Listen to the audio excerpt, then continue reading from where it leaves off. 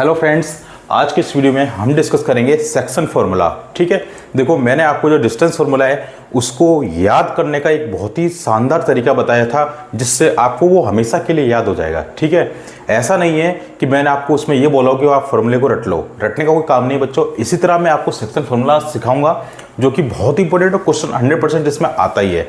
ठीक है, क्वेश्चन कैसा आएगा वो भी मैं आपको बताऊंगा। तो प्लीज़ अगर आपने पहले वाला वीडियो नहीं देखा है पार्ट 1 इंट्रोडक्शन का तो पहले वो देख लीजिए, फिर इस पार्ट को देखिएगा 2 को। ओके, देन उसके बाद में बच्चों आपको जब दोनों पार्ट हम पढ़ा देंगे देन उसके बाद मैं आपको सारे इंपॉर्टेंट क्वेश्चन कराऊंगा जो आपके एग्जाम में आएंगे, केवल वही क्वेश्चन करेंगे। ठीक है, तो चलिए वीडियो को स्टार्ट करते हैं। तो देखिए मैंने आपको क्या बताया था कि जैसे कि एक लाइन है, ठीक है, ये इसका स्टार्टिंग पॉइंट है, ये इसका फाइनल पॉइंट है। ओके, सपोज करो मैंने इसको पॉइंट रख दिया x1, y1, ठीक है, और इसी तरह से इसके जो पॉइंट है वो मैंने रख दिए x2, y2। मैं आपको बिल्कुल भी ये नहीं बोलूंगा कि आप फॉर्मूले को रट लो, अभी आपको फॉर्मूला खुद याद हो जाएगा, लेकिन वीडियो को पूरा देखना बच्चों। और प्लीज कॉपी पेन लेकर साथ में बैठो, ठीक है, भटको मत। अब देखो वो क्या बोलता है कि सेक्शन फॉर्मूले में इसको डिवाइड कर देता है, इस लाइन सेगमेंट को डिवाइड कर देता है किसी रेशियो में। वो रेशियो है आपका m1 और m2, यही कॉन्सेप्ट होता है बस। ठीक है, अब देखिए मैं आपके सामने फॉर्मूला लिखने वाला हूं, कैसे लिखेंगे अपन फॉर्मूला। देखो अब मेरे को एक बात बताओ, जैसे मान के चलो कि आपको कोई भी कोचिंग ज्वाइन करनी होती है, ठीक है, आपकी एज की बात कर रहा हूं, तो देखो आप क्या सोचोगे कि सर जो मेरी कोचिंग है ना वो घर के पास में नहीं होनी चाहिए क्योंकि कोई भी आगे शिकायत कर देगा। ठीक है, तो आप क्या चाहते हो कि आपकी जो कोचिंग है ना थोड़ी दूर हो, किधर हो, थोड़ी सी घर से दूर होनी चाहिए ताकि आपको मजा आए कोचिंग जाने में। ठीक है, प्लस कभी जाने का मन ना करे तो कहीं और चले जाएं घूमने फिरने। तो ये सारी चीज़ें घर के पास रहेगी कोचिंग तो नहीं कर पाओगे, तो दूर दूर चाहिए आपको। तो ठीक है, अब देखिए ये आपके ऊपर ये डिपेंड पूरा फॉर्मूला भी। तो देखो बच्चों, जैसे कि मेरे पास ये है m1 और ये है m2, तो देखो मैं जैसे x के लिए निकालता हूं, इसमें दो कोऑर्डिनेट होते हैं x और y। ठीक है, ये तो आपको पता ही है। तो ये इसको रेशियो में डिवाइड करा तो उसके कोऑर्डिनेट क्या होंगे, इसमें x और y आपका क्या होगा, ये हमको ढूंढना होता है ना। तो देखिए आप क्या करें, इसको मैं मिटा देता हूं फिलहाल, ये आपको मैं समझाने के लिए लिखा था। आप क्या करें बच्चों, जैसे आपको क्या कोचिंग दूर चाहिए, तो देखो इस m1 का डिस्टेंस यहां से x2 का दूर है ना, ये देखो m2 और x2 का तो डिस्टेंस पास पास हो जाएगा, लेकिन हमको क्या जाना है, दूर जाना है। तो केवल x के लिए निकालना है, तो पहले x को देखिए, तो x का डिस्टेंस दूर कहां से पड़ेगा, इससे पड़ेगा। ठीक है, तो यहां मैं क्या लिख दूंगा, m1 multiply x2। Okay guys, फिर प्लस लगा दो। अभी तो ये x का दोनों कोऑर्डिनेट आएंगे ना, x1 और x2। अब देखिए, अब देखो इसके लिए भी दूरी बन गई, अब इसके लिए भी दूरी चाहिए है ना। तो देखो इसके लिए भी दूर है, देखो इसके लिए m1 थोड़ा पास में हो जाएगा, वो ज्यादा दूर क्या होगा, m2 होगा कि नहीं होगा। तो देखो ये भी इसके ज्यादा दूर हो गया, तो ठीक है भैया, तो ये क्या कर देंगे हम, m2 इंटू x1। ठीक है, बस यही यहां पर गलती होती है बच्चों को, यही याद नहीं रहता कि यहाँ पर m1 करना है, m2 करना है, x2 करना है, x1 करना है, इनमें कंफ्यूज रहते हैं और फॉर्मूला याद भी कर लेते हैं लेकिन वो भूल जाते हैं। लेकिन अब आपको फॉर्मूला कभी नहीं भूलोगे जिंदगी में। ठीक है, बस आपको ये चीज याद रखनी है। ओके, दूर की। ठीक है, यहाँ पे x1 y1 आएगा, यहाँ पर x2 और y2 कोऑर्डिनेट, ये तो पता है आपको कोऑर्डिनेट हमेशा किसकी फॉर्म में होते हैं, x और y की फॉर्म में होते हैं। ठीक है, अब देखिए, अब नीचे तो आपको पता क्या करते हैं हम, m1 प्लस m2 करते हैं, मतलब कि जो आपकी रेशियो दे रखी है उसी को यहाँ पर हम सम कर देंगे। तो देखो मैंने x का कोऑर्डिनेट आपके लिए निकाल दिया है। अब देखो सिमिलरली यही चीज हम करते हैं किसके लिए, y के लिए। अब देखो क्या y के लिए, देखो मैं अगर डिस्टेंस देखूं तो m2 का डिस्टेंस y2 से तो थोड़ा नजदीक पड़ेगा ना, तो मेरे को तो क्या है, कोचिंग दूर ज्वाइन करनी है ना ताकि आराम से बंक मार सकूं, है ना। देखो बच्चों आपकी जो रियलिटी बताना, मेरे को कमेंट करके बताना आपको कैसा लगा ये ट्रिक। ठीक है, मेरे केवल याद कराने का मतलब पर्पज है, इसको नेगेटिव सेंस में ना लें आप। तो देखिए है ना, तो देखो m1 और y2 हो जाएगा, तो इसका क्या हो जाएगा, m1 और इंटू y2 हो गया, प्लस ये लगा दो सर, प्लस लगा दिया हमने तो। ठीक है, दूसरी बात, अब फिर से आपको देखो दूर जाना, देखो m1 अब इसके पास में पड़ेगा और m1 हम लिख भी चुके हैं, तो आपको फिर से क्या होगा, m2 ही दूर पड़ेगा किसके, y1 के। तो यहां पर लिख देंगे हम क्या, m2 और y1, और यहां पर क्या लिख दूंगा भैया मैं, m1 प्लस m2। ये लो, ये आपकी कोऑर्डिनेट बन गए। ये था सेक्शन फॉर्मूला जिसमें से आपने एक्स कोऑर्डिनेट भी निकाल दिया, वाई कोऑर्डिनेट भी निकाल दिया। बस अब जो क्वेश्चन आपको गिवन रहेगा वैसा क्वेश्चन मैं आपको अभी एग्जांपल भी करा देता हूँ, ठीक है। ये बात आपको याद होगी, फॉर्मूला याद हो गया कि आपको रटना नहीं है, आपको कैसे याद करना है आपने सीख लिया होगा।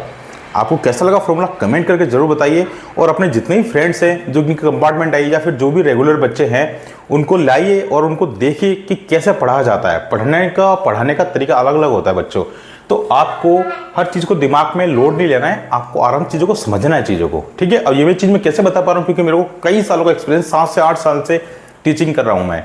ओके, तो देखिए मैंने आपको एक्स और वाई दोनों कोऑर्डिनेट बता दिए हैं। ओके गाइस, अब देखिए, अब मैं आपके लिए एक एग्जांपल लेता हूँ, बहुत बेस्ट एग्जांपल, ठीक है। अब जिसने इसका स्क्रीनशॉट लेना है ले लीजिए फटाफट से, मैं इसको रफ कर रहा हूं।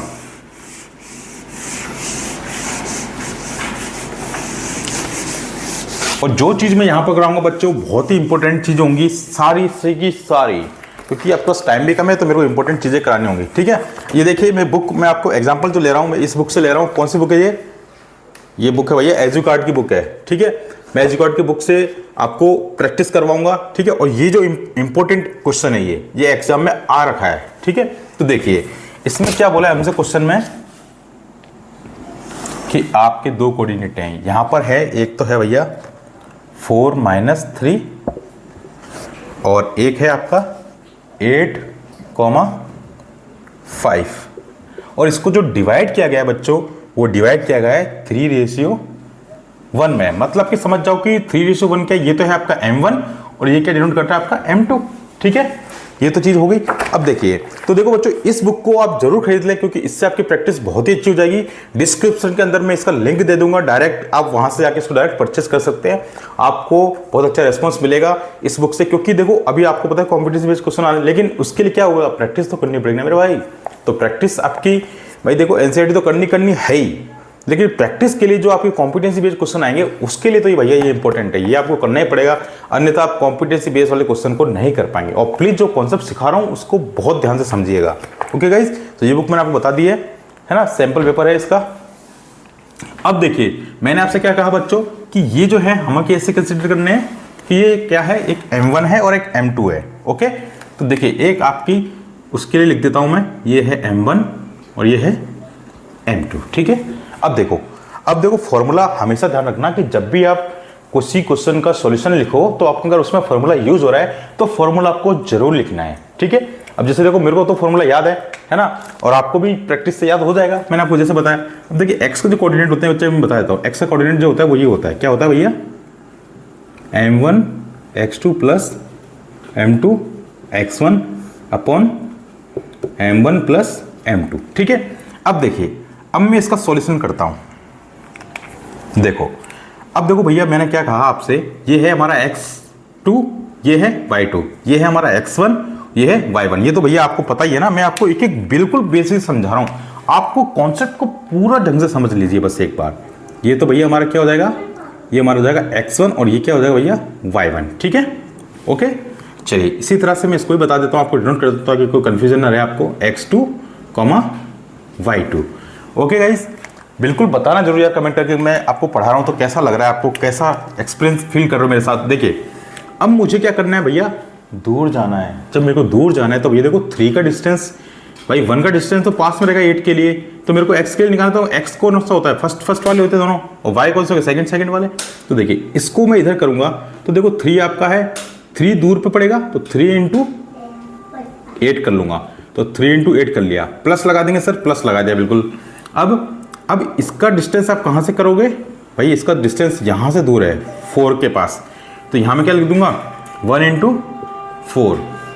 ओके गाइस, तो यहाँ पर हमारा जो आंसर हो जाएगा वो कितना हो जाएगा, 3 + 1 हो जाएगा। ये तो पता है मेरे को, ये तो पता है ना आपको कि भाई ये आप डायरेक्ट ऐड हो जाता है ये तो, है ना। अब जैसे इसको मैं सॉल्व करूँगा बच्चों तो देखो इसका आंसर कितना आ जाएगा, 24 + 4 डिवाइड बाय 4। ओके गाइस,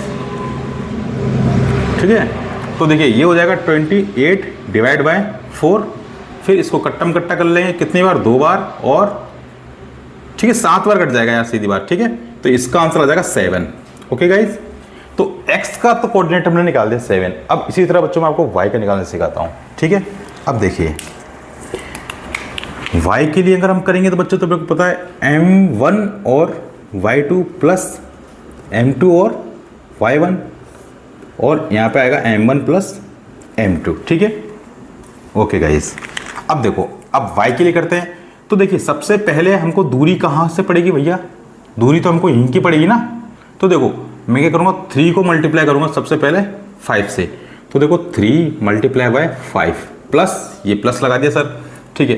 अब 1 को मल्टीप्लाई करना होगा क्योंकि 1 ही इसकी दूरी पर है, क्योंकि देखो 3 तो पास में पड़ेगा ना, और 3 को हम यूज ले चुके हैं। तो 1 को मल्टीप्लाई किससे करना है मेरे को, माइनस के 3 है इस बार। तो ध्यान रखना आपको साइन की गलती बिल्कुल भी नहीं करनी है बच्चों। तो यहाँ पर क्या आ जाएगा, माइनस का 3 इंटू 1। ओके गाइस, ये हो गया बिल्कुल सही। अब यहाँ पर मैं लिख देता हूँ भैया, यहाँ तो पता ही आपको 3 + 1 होना ही है ना। अब जैसे मैं इसका सॉल्यूशन आगे करता हूँ फर्दर, तो देखिए बच्चों 3 × 5 = 15, ये तो हो गया 15। अब देखो प्लस और माइनस, देखो प्लस ये तो माइनस में है, और ये तो हो जाएगा माइनस का 3, ठीक है। लेकिन बच्चों आगे क्या है, प्लस का साइन है, तो प्लस और माइनस जब लड़ाई करते हैं तो जीत किसकी होती है, माइनस की, ठीक है। यहाँ पर कितना आ जाएगा, माइनस का 3। ओके गाइस, यहाँ पर कितना आ जाएगा, 4, ये तो आना ही है, 4 है वो इसलिए बात है। यहाँ पर सोल्व करते हैं, ये कितना आ जाएगा 12, यहाँ पर कितना आएगा 4 से 12 कितनी बार, 3 टाइम्स, ठीक है। तो लो बच्चों हमने निकाल दिया आंसर। तो आपके जो x और जो y कोऑर्डिनेट हैं जो इस लाइन सेगमेंट को डिवाइड कर रहे हैं, सू भी चुप हो जाओ, सू भी चुप हो जाओ, है ना। तो देखिए आपके जो x और y जो कोऑर्डिनेट थे बच्चों, वो हमारे क्या आंसर आ गए, 7,3। Okay guys, I hope you understand very well, और आपका यही कॉन्सेप्ट अब हमेशा के लिए दिमाग में क्लियर हो जाएगा, ठीक है। तो देखो ये चीज़ बहुत इंपॉर्टेंट थी जो मैंने आपको बतानी थी, और मैंने आपको बता दी है। ओके गाइस, तो ये जो कॉन्सेप्ट था बहुत ही ज़्यादा इंपॉर्टेंट था। तो सेक्शन फॉर्मूला का जो कॉन्सेप्ट है ये यहाँ पर एकदम क्लियर कर दिया मैंने, है ना। अब प्रैक्टिस हम करेंगे, अभी आप कॉन्सेप्ट तो सीखो भाई, मैं डायरेक्ट क्वेश्चन उठा के करा दूंगा, उससे क्या मतलब निकलेगा, कुछ नहीं। जब तक आप कॉन्सेप्ट नहीं सीखोगे तब तक कुछ नहीं कर सकते आप, ठीक है। चलिए, तो ये था सेक्शन फॉर्मूला, ये हमने इसको कर दिया बिल्कुल सही तरीके से। अब देखिए बच्चों, मैं आपको एक चीज, एक कॉन्सेप्ट और बता देता हूं इसमें साथ ही साथ। देखिए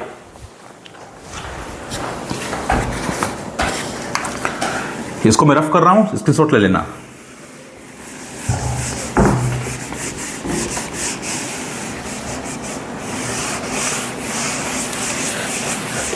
अब मैं वो क्वेश्चन बता रहा हूं आपको जो आपके एग्जाम में 100% आता है, ठीक है, और इस बार भी आएगा। वो क्या है, आपको क्या बोलेगा भैया, आपको 3 पॉइंट दे देगा ऐसे, ठीक है, एक लाइन दे देगा और यहां पर आपको 3 पॉइंट देगा। इसको नाम ले लेता हूं ए, ये है भैया आपका बी, और ये है भैया आपका सी, ठीक है। सपोज करो फॉर एग्जांपल मैं आपको बता रहा हूं, मैं आपको सॉल्व नहीं कराऊंगा, इसको बता रहा हूं, इसका मैं प्रैक्टिस करवाऊंगा, लेकिन ये कॉन्सेप्ट है, बहुत इंपॉर्टेंट कॉन्सेप्ट है ये, ठीक है। ऐसा नहीं कि मजाक में ले लो इसको, ये एग्जाम में और आ जाएगा फिर। जैसे ये क्वेश्चन है, ठीक है, वो बोलेगा कि A B C are 3 points and prove it, या फिर डायरेक्ट बोल देगा वो कि क्या बोलेगा वो, इज कोलिनियर, ठीक है। अगर बच्चों कभी भी आपसे क्वेश्चन में ये बोल देता है वो कि कोलिनियर है ना,